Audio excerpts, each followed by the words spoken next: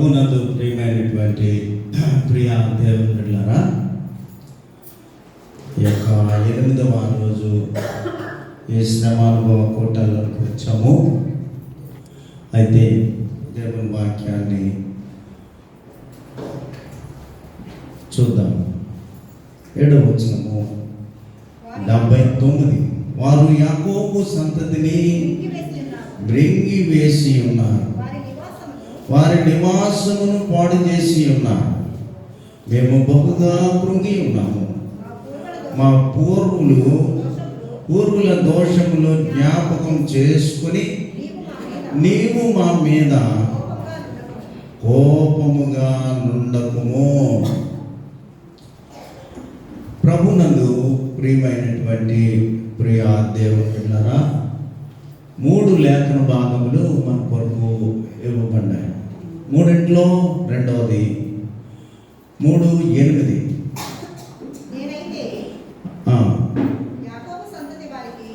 నేనైతే యాకోబు సంతతి వారికి తమ దోషమును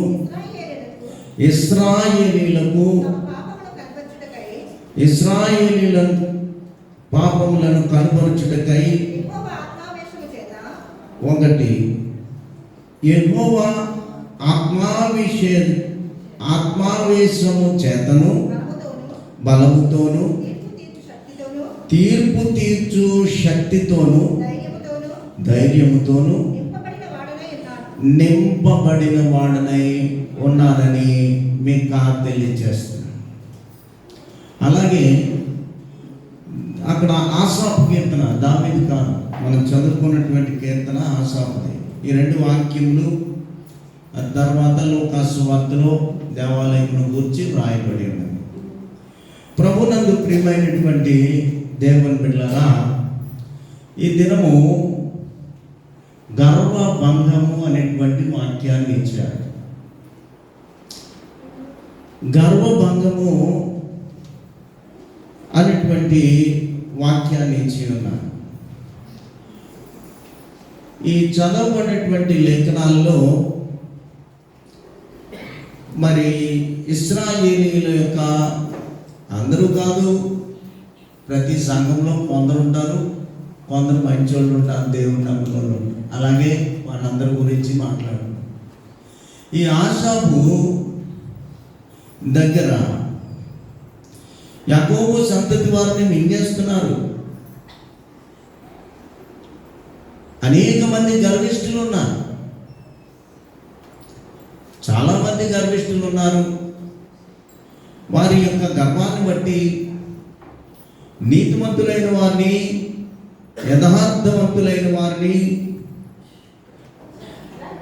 ఏం చేస్తున్నారంటే, ఈ గర్వము కలిగిన వారు ఈ నీతిమంతులను చంపివేస్తున్నారు, మింగివేస్తున్నారని వాక్యం ద్వారా మాట్లాడతాం. అందుకనే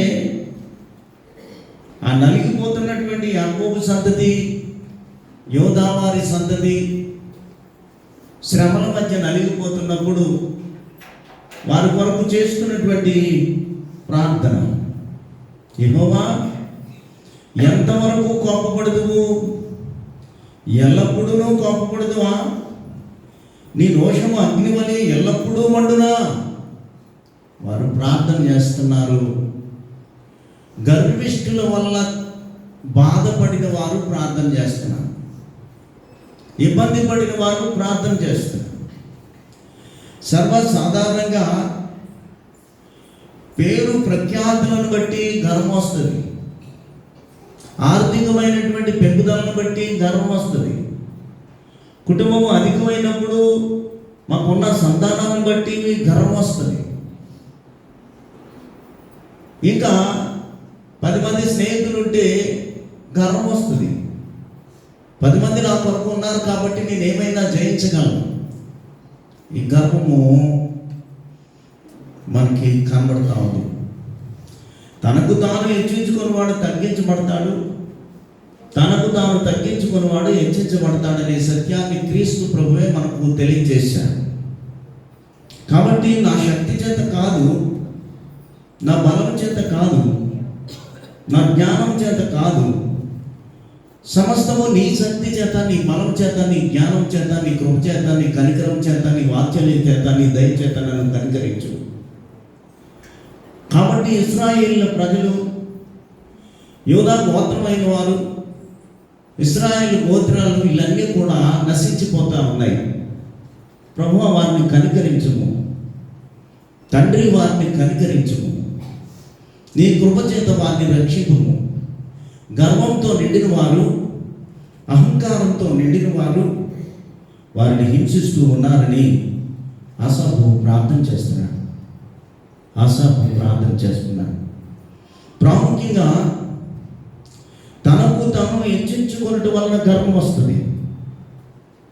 తనకు తాను హెచ్చించుకొనటం వలన, నీవైనా నేనైనా ఎవరైనా మనల్ని మనం హెచ్చించుకోకూడదు. ఎప్పుడు కూడా దేవుణ్ణి హెచ్చించాలి, దేవుని కృపను హెచ్చించాలి, దేవుని ఆశీర్వాదాన్ని హెచ్చించాలి.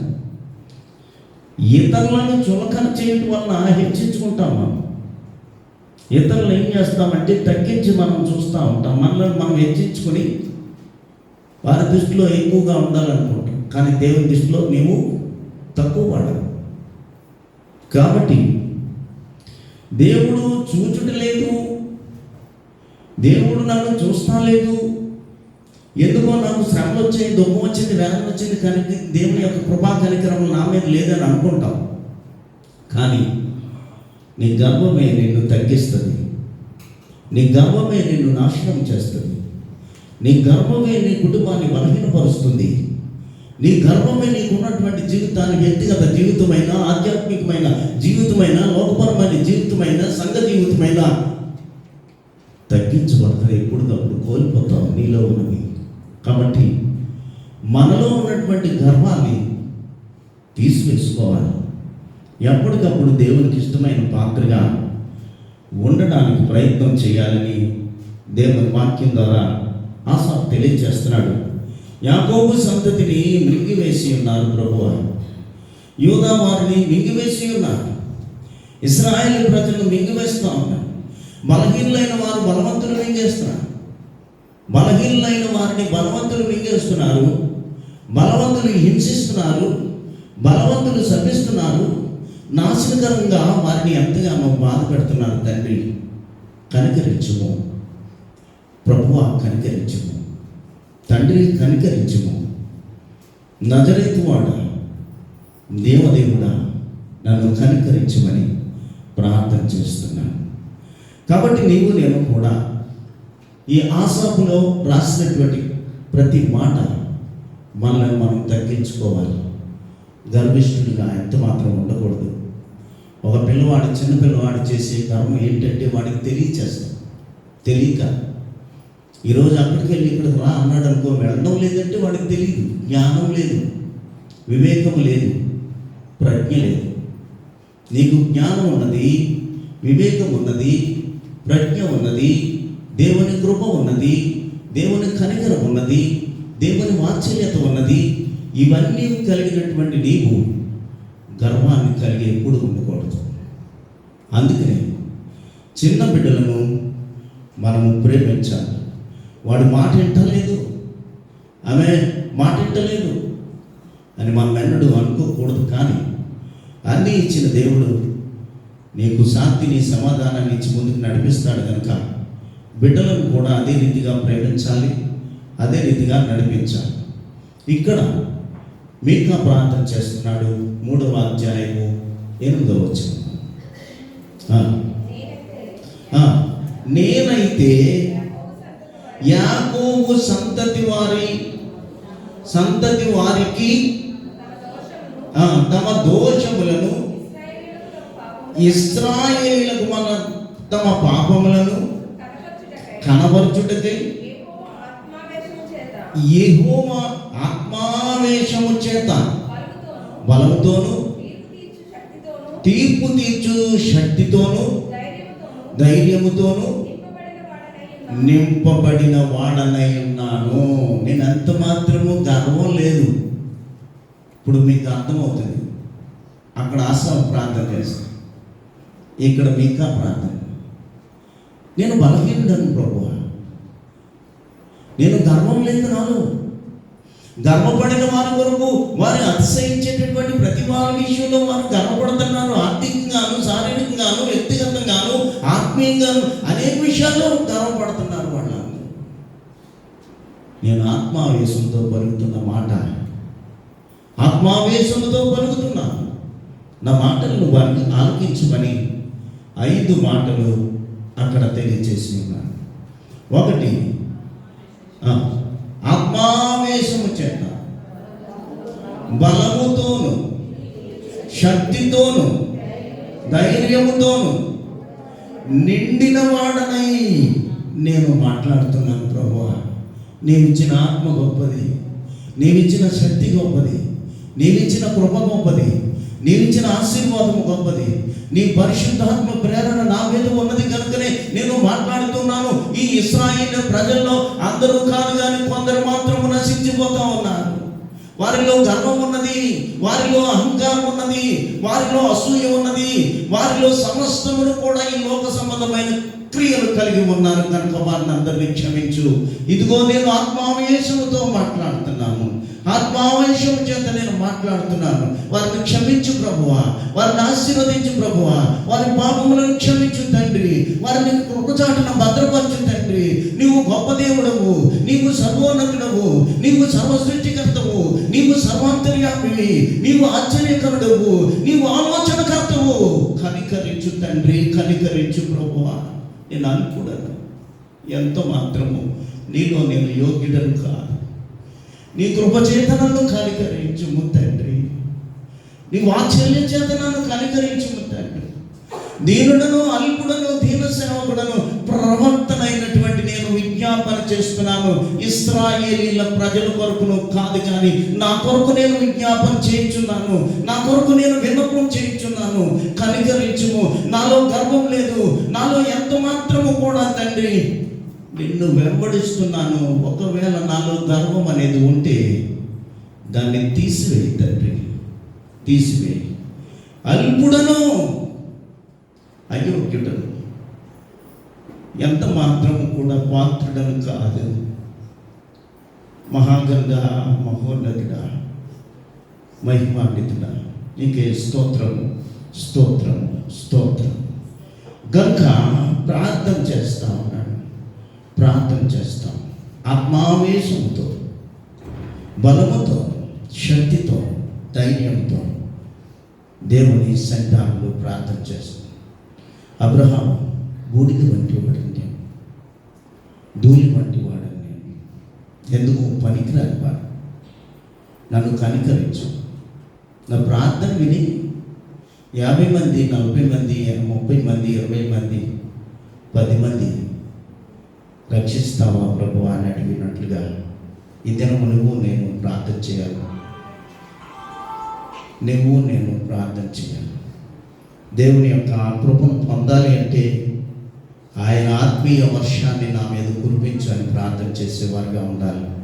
ఆ ప్రార్థనే మీకా చేస్తున్నాను. చూడండి, హస్యా గ్రంథము 58వ అధ్యాయము 1వ వచనము.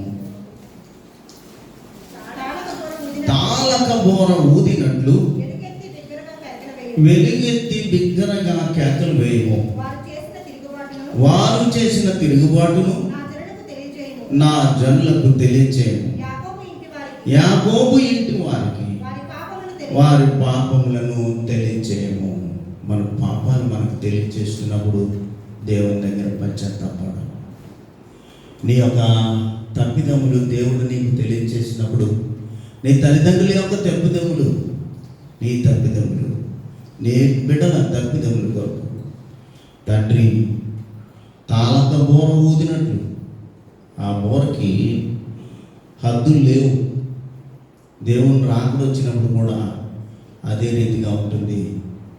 ఆకాశ మండలంలో అన్ని నలుదిక్కుల బోరస్వరం వినపడినప్పుడు ప్రతి వారు లేచి నిలబడతారు. అందుకే నీలో గర్వం ఉండకూడదు. ఆ గర్వాన్ని తీసివేసి తాళక బోర శబ్దము విన్నట్లు ఈ వాక్యాన్ని వినా. తాళక బోర అంటే ఆకాశము ఆ మూల మొదలుకొని ఈ మూల వరకు, ఈ మూల మొదలుకొని ఆ మూల వరకు క్రీస్తు మధ్యాకాశంలోకి వచ్చినప్పుడు ఒక బోరస్వరం వినబడుతుంది. ఆ బోరస్వరం వినబడినప్పుడు అందరూ చెవిలోకి చచ్చిన వారైనా బ్రతికిన వారైనా దేవుని పాదముల దగ్గరకు రావాల్సి ఉంటుంది. అలా రావడానికి సిద్ధపడాలంటే ఈ వాక్యానుసారంగా నడుచుకోవాలి. అందుకని అంటున్నాడు ఆయన, ఆత్మావేశముతో నేను మాట్లాడుతున్నాను తండ్రి, ఆత్మావేశంతో. తండ్రి నన్ను కనికరించుమని మీకా ప్రార్థన చేస్తున్నాడు.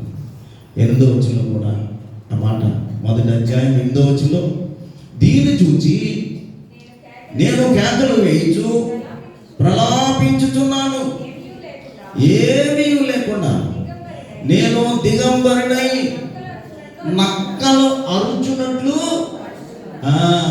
అన్యుల కొరకట, దేవుణ్ణి ఎరగని వారి కొరకు, ఎరిగి నిర్లక్ష్యంగా ఉన్నవారి కొరకు నక్కలు అరిచినట్లు అరుస్తున్నాడంట. మీక రక్షణ పొందండి, మీ గర్వాన్ని విడిచిపెట్టండి, మీ అహాన్ని విడిచిపెట్టండి.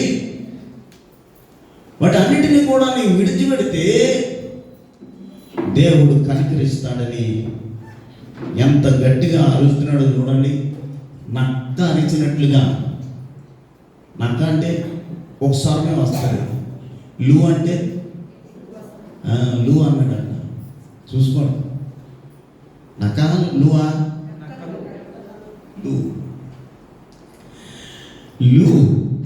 లు అంటే అనేకమైన నక్కలు రోధిస్తున్నాయి. దేవుడు రాబోతున్నాడు, సర్వోన్నతుడు రాబోతున్నాడు. ఈ ప్రవక్తలు ప్రకటన చేస్తున్నారు. సర్వాంతర్యామి మధ్యాకాశంలోకి వచ్చి నీ పేరు పెట్టి పిలిచినప్పుడు ఏమవుతావు? అందుకే నీలో గర్వం ఉండకూడదు, నీలో అహంకారం ఉండకూడదు, నీలో అసూయ ఉండకూడదు. ఇవన్నిటిని కూడా తీసివేసుకుని పరిమళిస్తున్న పుష్పము వలె దేవుని కొరకు ఎదురు చూడడానికే ఈ ఉపవాసపు కూడికలు అని నేను తెలియజేస్తా ఉన్నాను. అందుకని అంటాడు, నేను దిగంబరినై గోనె బట్ట కట్టుకొని ప్రభు కొరకు కేకలు వేస్తున్నాడంట. ఎందుకు? వారి పాప విముక్తి కొరకు. ఎవరైతే పాపం చేస్తున్నారో, ఎవరైతే గర్విష్ఠులై ఉన్నారో వారి కొరకు ఏం చేస్తున్నాడంట? వారి పాపం చేసేవారు, వ్యభిచారం చేసేవారు, దొంగతనం చేసేవారు, ఎవరికి వారు ఇష్టానుసారంగా జీవిస్తున్నటువంటి ఆ ప్రజల కొరకు ఇక్కడ ప్రార్థన చేస్తారు. ఆత్మావేశముతో. దేవుని వాక్యము సుత్తి వంటిది, కత్తి వంటిది, ఖండించగలదు. నిన్ను బంగారం చూడండి ఎంత సాగు కొడితే దానికి అందం వస్తుంది. వాక్యం చేత మీరు సాగుకుంటమనాలి. ఎన్ని దెబ్బలు తింటుంది పాపం వేలిన బంగారం అవ్వాలంటే వాక్యం చేత మీరు సాగాలి. వాక్యం చేత మీరు రూపం రావాలి. వాక్యం చేత మీరు ఇతరులకు అందంగా కనపడాలి. అదే మేలిమి బంగారంతో తయారు చేయబడిన వందరంలా మీరు ఉండాలి. కాబట్టి వారి పాప విముక్తి కొరకును, వారి మారు మనసు కొరకును, వారి పశ్చాత్తాపం కొరకును మీకా ఈ రీతిగా ప్రార్థన. నేను నక్కలు కేకలు వేసినట్లుగాను, నక్కలు అరిచినట్లుగాను నేను వాక్యం చేత వారిని గద్దిస్తున్నాను. గద్దించబడడానికే ఈ కూటాలు, ఈ వాక్యం నా కోసమే వచ్చిందని మరుసటి రోజు మానేసేటి వాళ్ళు కూడా ఉంటారు. కొంతమంది ఉండకపోవాలండి. ఈ వాక్యం నా కోసం వచ్చింది, పాస్టర్ గారు పదే నన్ను గద్దించాడు కాబట్టి నేను రోగు రానిక. అయ్యో పాపం, నీకు కాదు, నీ అంతరాత్మను గద్దిస్తున్నాడు. కాబట్టి చూడండి ఒకసారి కీర్తన 59:12 ఎంతమంది ఉంటారు. వారి పెదవుల మాటలను బట్టి, వారి నోటి మాటలను బట్టి, వారు పలుకు శాపములను బట్టి, అబద్ధములను బట్టి, వారు తమ గర్వములో అద్దెందని మానేసం అనుకోండి, ఎక్కడ చిక్కుంటావు? నీ గర్వంలో నువ్వే చిక్కుంటావు. ఏం లేదు. ఇంకా వాక్యానికి నువ్వు ఏదో అనుకుంటావు. కానీ ఒకవేళ అలా అనుకున్నావు అనుకో, ఎవరి గర్వానికి వారే పాత్రులు అంతే. ఎవరు ఏం చేసేది లేదు. వాడు తీసుకున్న గొంతులు వాడే పడతారు. ఈ వాక్యం నాకు వచ్చింది. ఈనాడు మీకా బోధిస్తున్నాడు. పరిశుద్ధాత్మ ప్రేరణతో దైవావేశంతో మాట్లాడుతున్నాడు. ఈ మాటలు నాకే. నేను అనుకుంటాను అలాగా ఎప్పుడు కూడా. బైబిల్ చదివినప్పుడల్లా ఇది నాదే అనుకుంటా. నువ్వు అనుకుంటున్నావా? అనుకో. నువ్వు అనుకుంటే అప్పుడు నీకు ఏ రూపం వస్తుందంట. చూడండి, కీర్తన అంటాడు. కీర్తన 102 7 6 7. నేను అడవిలో గూఢవాతును పోలి ఉన్నాను, పాడైన స్థలములో పకిటి కంటెవలే ఉన్నాను. రాత్రి మెలకుగా నుండి ఇంటి మీద ఉన్న ఒంటరి పిచ్చుకోవలే. అది ఎప్పుడైతే నీకు వాక్యం వచ్చిందో నువ్వు వెళ్ళి ఒంటరి పిచ్చుకోవాలి, దేవునితో పోరాడాలి. ఒక వాక్యం దేవుడు ఈ వాక్యం నా కొరకే ఇచ్చాడు, నా పిల్లల కొరకు ఇచ్చాడు, నా తల్లిదండ్రుల కొరకు ఇచ్చాడు, లేదా నా బంధువుల కొరకు, నా తమ్ముడు అన్నయ్యో దారి తప్పిపోతున్నాడు కాబట్టి ఈ వాక్యం నాకు అనుగ్రహించాడు. మీతో మాట్లాడాడు ఇవాళ నాతోని అని నువ్వు అనుకుంటే, అనుకుని ఏం చేయాలంట? ఇంటి మీద ఉన్న ఒంటి పిచ్చుకోవలే ప్రార్థన చేయాల, గూఢమాతు వలే ప్రార్థన చేయాలి, పగటి కంటి పక్షి వలే ప్రార్థన చేయాలని దావీదు తెలియజేస్తున్నాడు 2వ కీర్తన 102వ కీర్తన. కాబట్టి ఇక్కడ చెప్పిన మాటలు ఉన్నాయి. పెదవుల మాటలను బట్టి, పెదవుల మాటలు ఉంటాయి. 2 ఎక్కడ వెనకాల వెళ్ళి మూస్తుంటారు మీరు. కీర్తన 59 12. వారి పెదవుల మాటలను బట్టి, వారి నోటి మాటలను బట్టి, వారి శాపములను బట్టి, వారి అబద్ధములను బట్టి తమ గర్వములో చిక్కుకొందురు. ఒకటి కాదు, కాలు వేస్తే జారిపోయి పడిపోయాను అనడానికి లేదు ఇక్కడ. కాలు వేస్తే మెట్టిపోయి జారిపోయాను పడిపోయాను అనడానికి లేదు. ఇక్కడ ఎట్టించాడు చూడండి, చాలా చక్కగా ఇచ్చేసాడు. నోటి మాటలు 2, నోటి పాపం, నోటి శాపం, పలుకు శాపం, అబద్ధం. ఎందులో ఒక గర్వం ఉంటుందంట, నీకైనా నాకైనా మనందరం. దాన్ని కాచుకోవాలి. మేకా కాచుకుంటున్నాడు. కాచుకుని నశించిపోతున్న ప్రజల కొరకు ప్రార్థన చేస్తున్నాడు. నశించిపోతున్న ఆత్మల కొరకు ప్రార్థన చేస్తున్నాడు.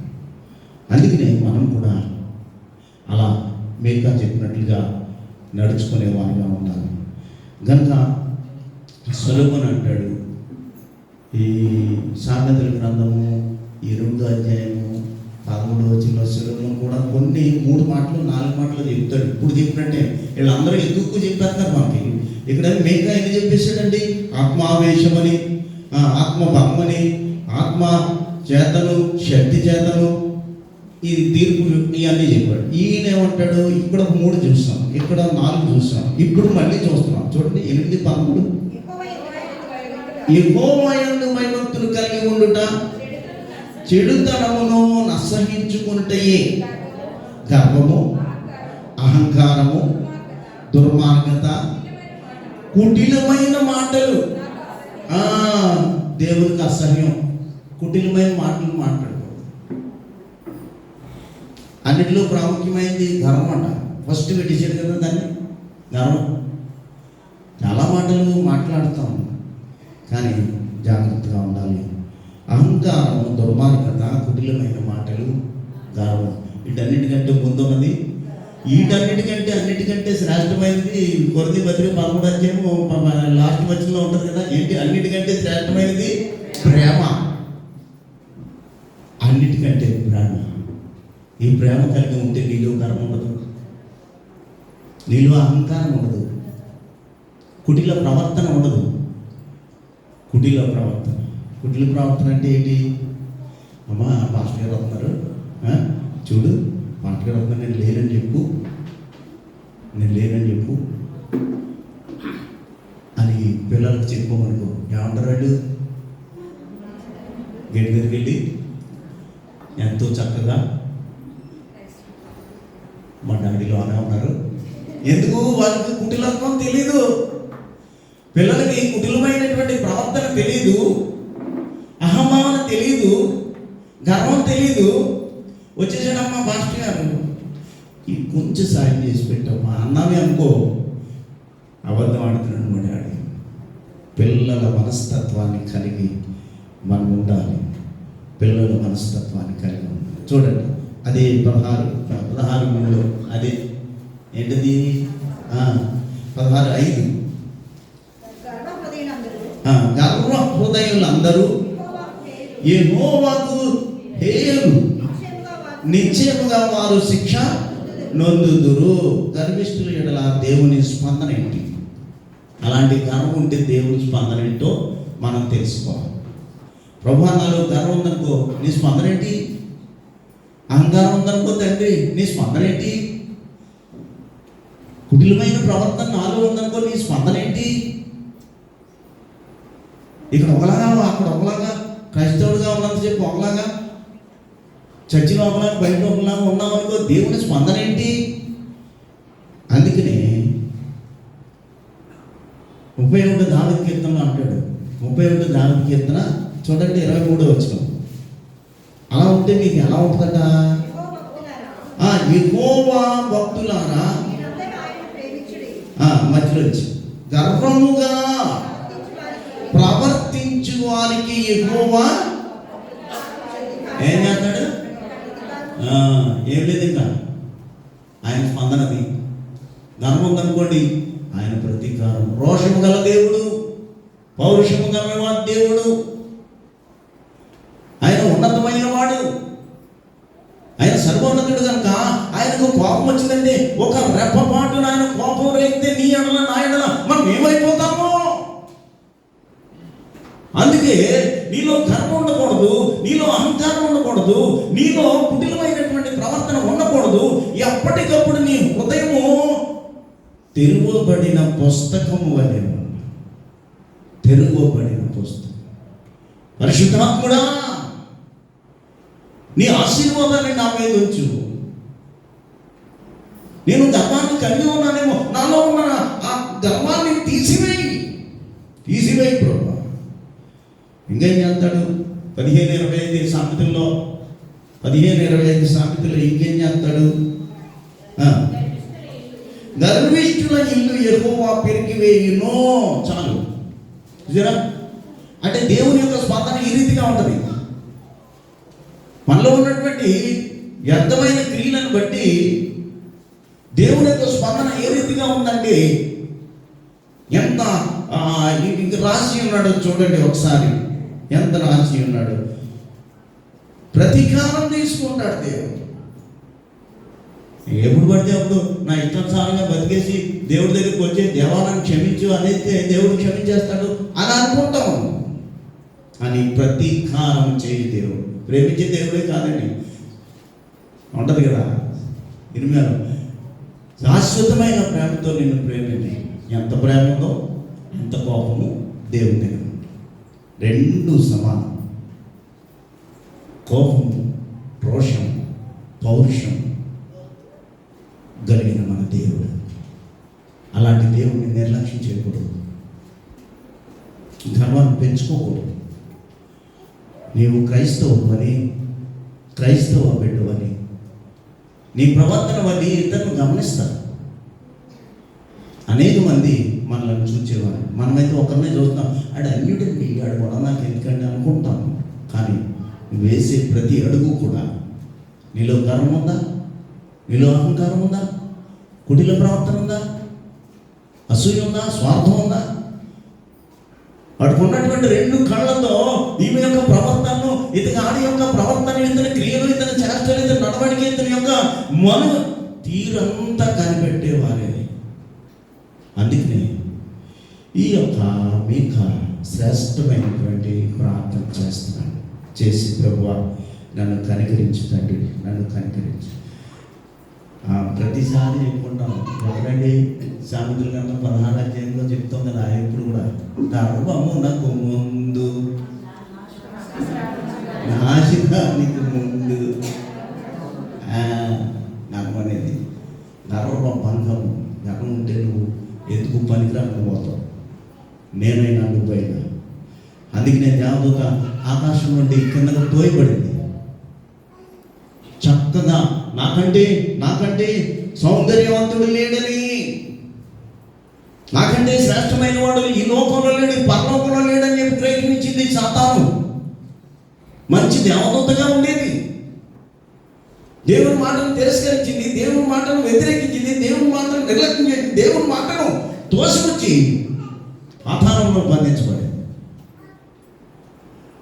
కాబట్టి ఉజ్జియా అనేటువంటి రాజు ఏం చేశాడు?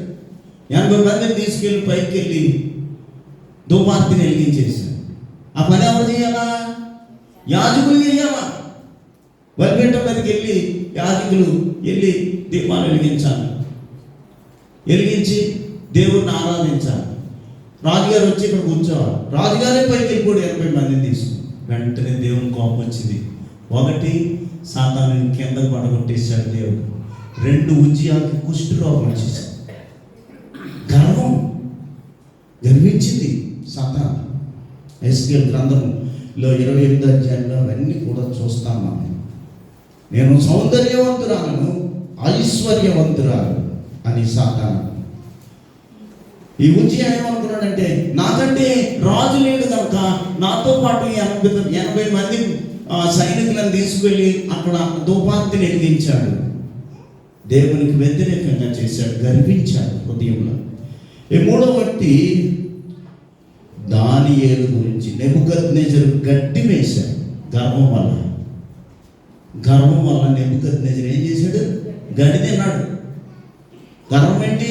ఇక్కడ ఉన్నటువంటి సామానంతా అందులో ద్రాక్షరసం పోసుకొని తాగించాడు. కాబట్టి ఎస్కేల్ 28, దానియేలు 4 ఇవన్నీ కూడా ఉజ్జియా 2వ దినవృత్తాంతములు ఇవన్నీ కూడా మనం చూస్తున్నాం. కాబట్టి మొదటేమో ఉజ్జియా చాలా మర్యాదగా ఉన్నాడట. దేవుని వల్ల ఎంతలాగా వర్ధిల్లాడు అంటే 5వ వచనం ఉంటుంది. 26వ అధ్యాయము 2వ దినవృత్తాంతాల గ్రంథము 26వ అధ్యాయము ఎంత అన్నావా? 26వ అధ్యాయం 5వ వచనం.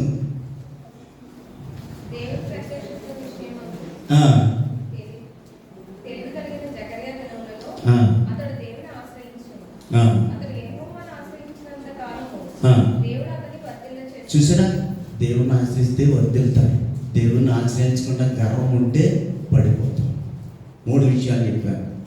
కాబట్టి దేవుని పట్ల మనం ఎప్పుడు కూడా దేవుణ్ణి ఆశ్రయించాలి, దేవుని కొరకు జీవించాలి. అలాగే ఈ మీక అంటాడు 9వ వచనంలో అంటాడు. చూడండి 9వ వచనం, 3వ అధ్యాయం 9వ వచనం.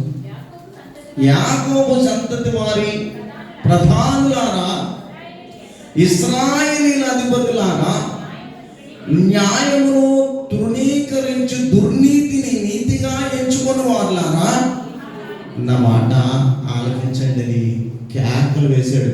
ఎలా కేకలు వేసాడు అన్నాడు? ఇందాక నక్కల వల్లే కేకలు వేసాడు. నక్కల వల్ల. ప్రభువా, ఎంత మంచి మాట! ఆ మాట వింటేనే నా హృదయం స్పందించిపోతుంది. ప్రార్థన అలా చేయాలి. మేక అంటే యెహోవా వంటి వాడెవడు? మేకా యెహోవా వంటి వాడెవడు? దేవుడు వంటి వాడెవడు? ఆ పేరు పెట్టుకున్నాడు. ఆ పేరు పెట్టుకున్నాడు. యెహోవా వంటి వాడెవడు? మేక అంటే అర్థం. అలాంటి వాడు ప్రార్థన చేస్తే కొండలు దద్దరిల్లా, పాపులు దద్దరిల్లా, పరుగులు తీసుకుంటూ ప్రభు దగ్గరకు వచ్చారు. నీ మాట చొప్పున నీ దేవుడు నా దేవుడు,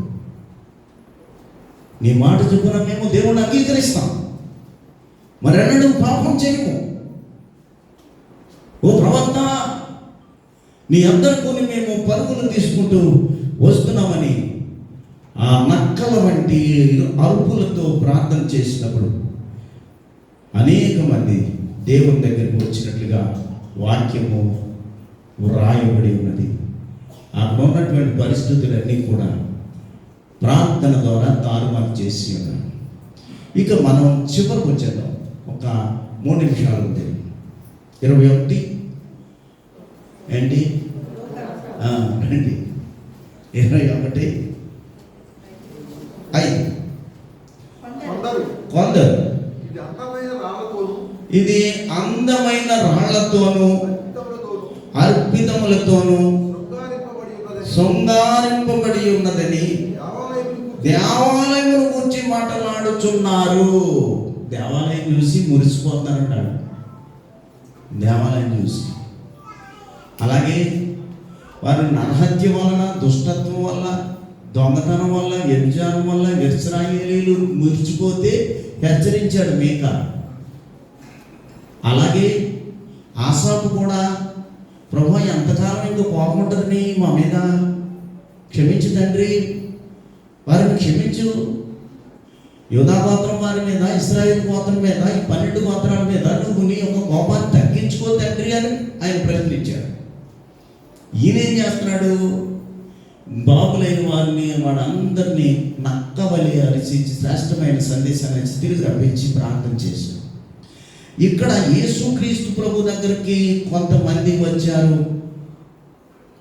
వచ్చి శిష్యులైన వారైనా కొందరు వచ్చి ఆలయం రాయి మీద రాయింటి ఎంత బాగా కట్టారు, ఎంత అందం ఉంది, ఎంత సుందరంగా ఉంది. ఒక్కొక్కసారి మనం కూడా మురిసిపోతాం కదా, కొన్ని విషయాలు బట్టి మురిసిపోతాం. ఇక్కడ హిందీ ఎలా మురిసిపోతున్నాడంట చూడండి. కొందరు ఇది అందమైన రాళ్లతోనూ అర్పితములతోనూ శృంగారింపబడిన దేవాలయమును గూర్చి గర్విస్తున్నారు. దేవాలయం చూసి, యేసుక్రీస్తు ప్రభువుని చూసి గర్వించడం కాదు, దేవుని నామాన్ని బట్టి అతిశయించడం కాదు, దేవుని నామాన్ని బట్టి గర్వించడం కాదు. దేవుడైనా దేవుడు, ఆయనే గొప్పవాడు, ఆయన సర్వోన్నతుడు, సర్వసృష్టికర్త, సర్వాంతర్యామి, ఆశ్చర్యకరుడు, ఆలోచనకర్త, నిత్యుడు తండ్రి, సమాధానకర్త అనేటువంటిది వారిలో లేదు. దేవాలయమును చూచి సంతోషపడుతున్నారు, గర్వపడుతున్నారు. చూసావా ప్రభు దగ్గరికి వచ్చి వాడి గర్వం చూడండి ఎలా ఉందో. ప్రభు దగ్గరికి వచ్చి, ప్రభువా చూసావా దేవాలయం ఎంత అందంగా ఉందో, అద్భుతమైనటువంటి రాళ్లతోనూ రతనాలతో కట్టినటువంటి దేవాలయం రాయి మీద రాయి ఎలా కనపడుతుందో చూడు, ఎలా కనపడుతుందో చూడు. ఆయన దగ్గరికి వచ్చి మేసం తిప్పేసినట్టు మాట్లాడుతున్నాడు. నేను ఏటో 10th క్లాస్ ఎలా మేసాను చూసావా అంటాడు వీడు కదా ఒకసారి. నిజమే, గర్వించవలసిన చోట గర్వించాలి, గర్వించని కూడని చోట గర్వించాలి. ఈయనే దేవాలయం, ఈయనే సమస్తం. ఈ దేవాలయం పడగొడితే 3 రోజుల్లో గట్టిపారుతాను అన్నాడు ఆయన. ఆయన గురించి ఆయన మాట్లాడు, నన్ను ఇది వచ్చి చంపేస్తే ఎల్లుడు లేచిపోతాను, ఏం మాట్లాడతారు మీరు అన్నాడు ప్రభు. వచ్చి ఇల్లు అంటారు, దేవాలయం చూడు, రాయి మీద రాయ, రాయి మీద రాయ, రాయి మీద రాయ, ఎంత అందంగా కట్టారు. బైబిల్లోనే చూస్తే న్యాయాధిపతులు అందరూ చచ్చిపోయారు. తర్వాత రాజులు వాళ్ళ రాయ, న్యాయాధిపతులు అనేవాళ్ళు ఒక రాయ. తర్వాత ముందేమో మోషే అని రాయించాడు, మోసేనే రాయించి బలంగా నిలబడ్డాడు. తర్వాత న్యాయధిపతులు వచ్చి రాయి మీద రాయించాడు. తర్వాత మళ్ళా ఎవరు వచ్చారు? రాజులు వచ్చారు. రాజులని రాయింటారు. మోసే రాయ,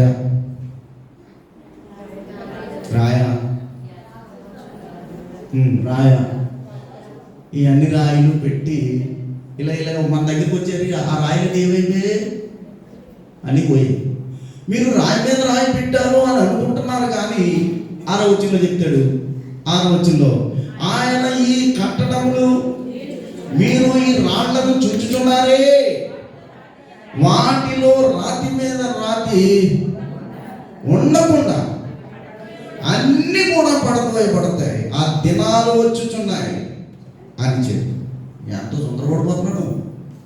ఎంతో కాలం తొందరపడతాడండి? 70-80 అది బాగుంటే ఈ రాయ మట్టిలోకి వెళ్ళిపోతుంది.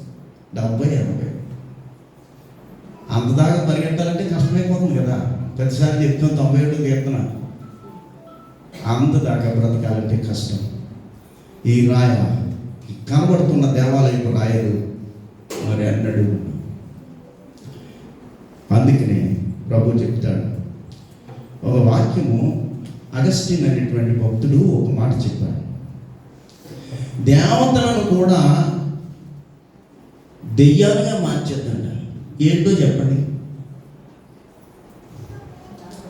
అంటే ఇప్పుడు దాకా చెప్పుకున్నాను కదా,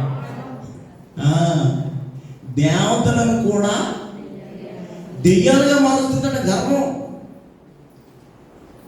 కాబట్టి వీళ్ళ దగ్గర ఉన్నటువంటి గర్వం ఆ రాళ్ళను చూసి రాయి మీద రాయ ఎంత అందంగా ఉంది అన్నాడు. రేపు పొద్దున్న ఎల్లుండవు నేను ఉన్నంతకాలం ఈ రాయి కూడా పడిపోద్దని ప్రభు చెప్తా ఉన్నాడు. కాబట్టి దేవుని బిడ్డలారా, దేవుని వాక్యాన్ని వింటున్నటువంటి మానవులను దేవదూతలుగా మార్చేది మీరు చెప్పాలి. మానవులను దేవదూతలను దెయ్యాలుగా మార్చేది గర్వం. మనుషులను దేవతలుగా మార్చేది లేదంటే దీన మనసు. ఏమండి? దీన మనసు, ప్రేమ, ఈ 2 విషయాలు మనసులో పెట్టుకోవాలి. అందుకే దేవుని వాక్యంలో యాకోబు అంటాడు, దేవుడు అహంకారులను ఎదిరించి దీనులకు కృప చూపించు. కాబట్టి తను తాను తగ్గించుకునేవాడు, మత్తయి సువార్త 23:12 తను తాను తగ్గించుకునేవాడు హెచ్చిపోయాడు. ఈ రీతిగా ఈ అంశం గర్వభంగము, గర్వాన్ని తీసివేయాలి, దాన్ని అగ్నిలో వేసి కాల్చివేయాలి. ఎలా? ఆసాపు చెప్పినట్లుగా, మేకా చెప్పినట్లుగా, శిష్యులు క్రీస్తుని అడిగినప్పుడు క్రీస్తు ప్రభువు చెప్పినట్లుగా మనం ఈ రాయి మీద మనం కూడా రాయి పెట్టుకోవాలి. ఇవాళ ఉంటుంది, రేపు ఉంటుంది, 60 ఉంటుంది, 50 ఎప్పుడో ఏమో చెప్పలేము. రేపు ఏమి సంభవించినో ఎవరికి తెలియదు. కాబట్టి దీన మనసు కలిగి ప్రతి వారు జీవించాలని ప్రేమతో తెలియజేస్తూ మాటలను ముగిస్తా ఉన్నాను.